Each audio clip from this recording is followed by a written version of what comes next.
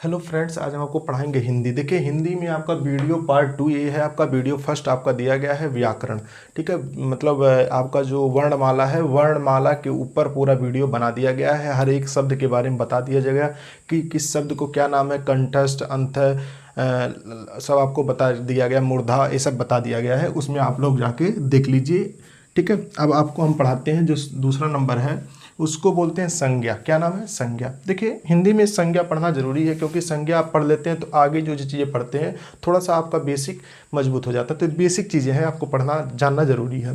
देखिए, जो संज्ञा होता है, संज्ञा आप लोग इसको इंग्लिश में पढ़ते हैं नाउन, लेकिन हिंदी और इंग्लिश में थोड़ा सा डिफरेंट है। ये हिंदी का आपका संज्ञा पढ़ा रहे हैं। जैसे जिससे किसी विशेष वस्तु, भाव, जीव तथा स्थान का बोध होता है, उसे हम संज्ञा कहते हैं, ठीक है। मतलब क्या क्या वस्तु होगा, कोई भी वस्तु आ जाएगा। जैसे कोई भी वस्तु मतलब जैसे मार्कर हो गया, वस्तु हो गया, ठीक है। भाव मतलब जैसे भावनाएं कुछ प्रकट हो, जैसे लंबाई, बुराई, अच्छाई, मिठाई, ये सब क्या है? भावनाएं हैं। जीव मतलब किसी जीव का नाम आ गया, ठीक है। तथा स्थान, स्थान कोई भी जैसे नाम आ गया, जैसे लखनऊ, दिल्ली, महाराष्ट्र, ये सब स्थान का नाम है। इन सब का जिसमें बोध होता है, जिस शब्द से बोध होता है, उसी को हम बोलते हैं नाउन। क्या बोलते हैं? नाउन। इतना समझ में आपका आ गया। नाउन जो होते हैं आपके, चाहे हिंदी हो गया चाहे इंग्लिश, सब में क्या होते हैं? 5 प्रकार के होते हैं। कितने होते हैं? 5।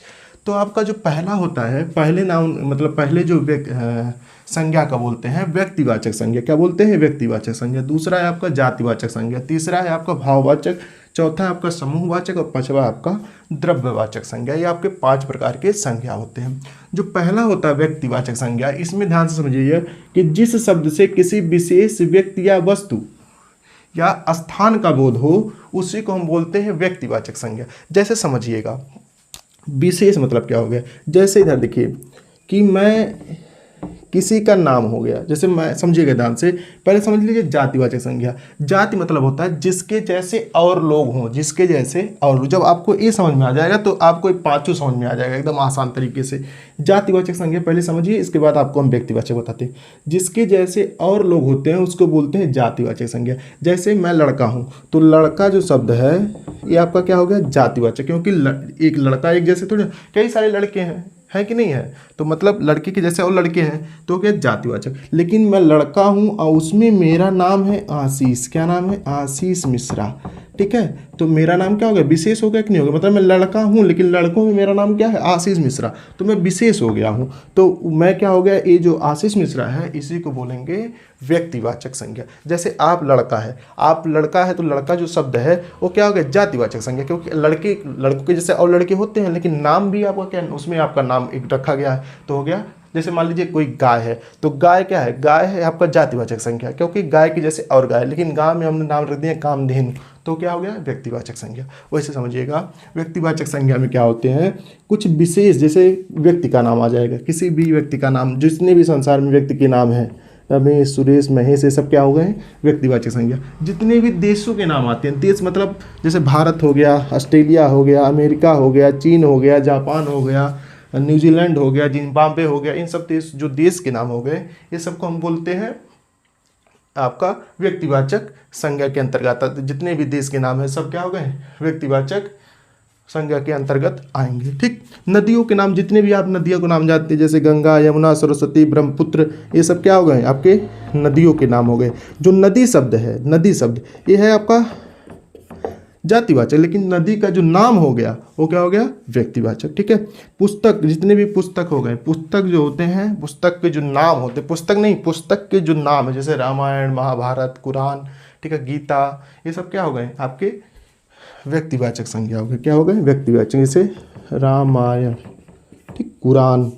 दिन, जितने भी दिन के नाम आप देखते हैं, जैसे सोमवार, मंगलवार, बुधवार, ये सब क्या हो गए? व्यक्तिवाचक संज्ञा। क्या हो गए? व्यक्तिवाचक संज्ञा। महीनों के जो नाम होते हैं वो क्या होते हैं? आपके व्यक्तिवाचक। जैसे जनवरी, फरवरी, मार्च, जो भी आप सुने हैं, ये सब हो गए व्यक्तिवाचक संज्ञा, ठीक है। ये सब आते हैं व्यक्तिवाचक संज्ञा के अंतर्गत। त्योहारों का जितना भी नाम हो गया, होली, दीपावली, सभी किस में आएंगे? व्यक्तिवाचक संज्ञा में आएंगे।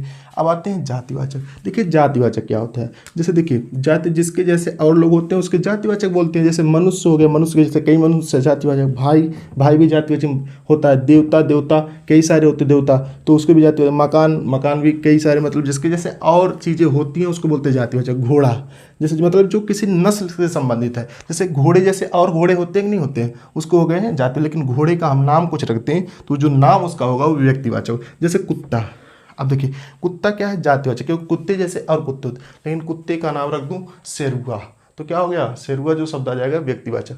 कुत्ते का नाम रख दूं कलुआ तो कलुआ क्या हो जाएगा, व्यक्तिवाचक। ठीक, जैसे कौवा, तो पक्षियों के जितने भी नाम होते हैं सब आते हैं जातिवाचक में। किस में आते हैं, कोई भी पक्षी का नाम हो गया हमेशा जातिवाचक हो गया। जैसे कौवा हो गया, तोता हो गया, मैना हो गया, ठीक है, ये सब क्या हो गए, जातिवाचक है, जितने भी पक्षी रहेंगे। जैसे नर, नर मतलब पुरुष, ठीक है, नर मतलब ये भी जातिवाचक, नारी भी क्या हो जाएगा, जातिवाचक हो जाएगा। जैसे बॉय और गर्ल बोलते हैं, ठीक है। पहाड़, जैसे पहाड़ क्या हो गया, पहाड़ जो शब्द है ये है जातिवाचक। लेकिन मैं कह दूं हिमालय पहाड़ तो हिमालय जो शब्द हो जाएगा वो हो जाएगा व्यक्तिवाचक। समझिएगा, पहाड़ शब्द जो है जातिवाचक, लेकिन हिमालय जो शब्द है वो क्या है, व्यक्तिवाचक। मतलब पहाड़ का ही नाम तो रखा गया हिमालय, वैसे ही। ठीक, जैसे नदी, नदी शब्द क्या है आपका जातिवाचक, लेकिन नदी में कह दूं गंगा नदी तो जो गंगा नाम है वो क्या हो जाएगा, व्यक्तिवाचक। जैसे बनिया, बनिया क्या है, बनिया शब्द जो है आपका जातिवाचक, लेकिन बनिया में आपका नाम रख दूं ठग्गूलाल तो ठग्गूलाल क्या हो जाएगा, व्यक्तिवाचक।